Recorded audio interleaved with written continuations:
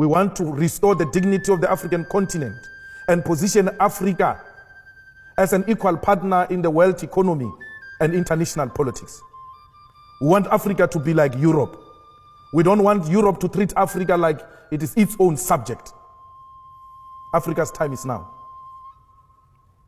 No one should continue with the exploitation of our minerals without our involvement. Not even China will be allowed to recolonize Africa. We are called economic freedom fighters because we want any foreign direct investment to come and invest in Africa through our own terms and to the benefits of the people of Africa. It might be a dream. Some might think it's not real. But we know we're going to achieve it. For because this dream is not just a dream but a generational mission. It's a generational mission we are not prepared to sell out. We want to restore the dignity of African people. We want to ensure that African people are equal partners in trade, in politics, in every subject that the world is debating. We want to follow in the footsteps of Nelson Mandela. Because Nelson Mandela, when he left his term as a president, he said the struggle continues. He said so because he knew that political freedom without economic freedom is incomplete. People cannot eat a cross. People want to put bread on the table. So, like many African leaders, we have committed not to betray the dreams of those who came before us. Like many African leaders, we want to unite the people of Africa to have a common agenda and common purpose. We want Africa to unite and Africa to reclaim its land and its resources. The EFF speaks about expropriation of land without compensation because we know that when the land was taken in Africa was through genocide. Why would we reward genocide?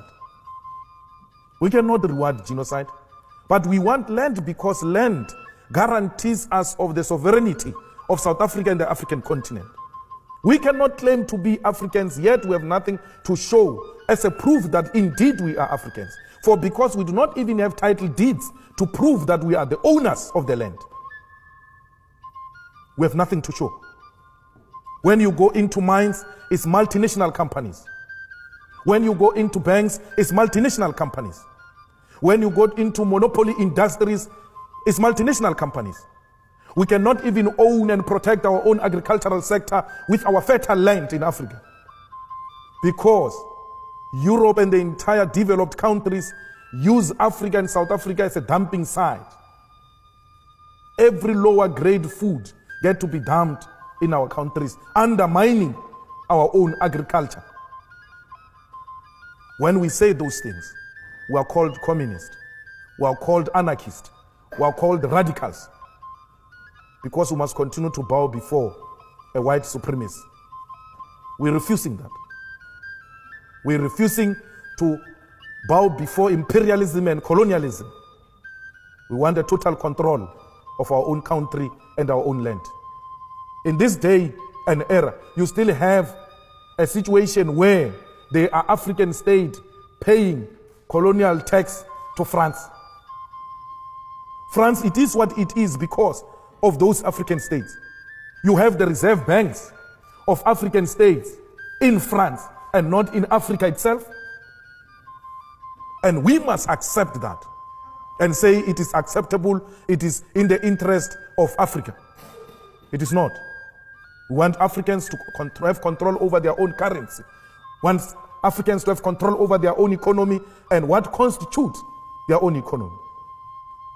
Those who want to invest in Africa, those who love peace and democracy, those who love the sharing of wealth amongst people, we need your support. We need you to commit that Africa should not be a playground of the rich, because Africa is not a desert, but a continent where human beings are found and they must be treated with respect and dignity. Thank you very much.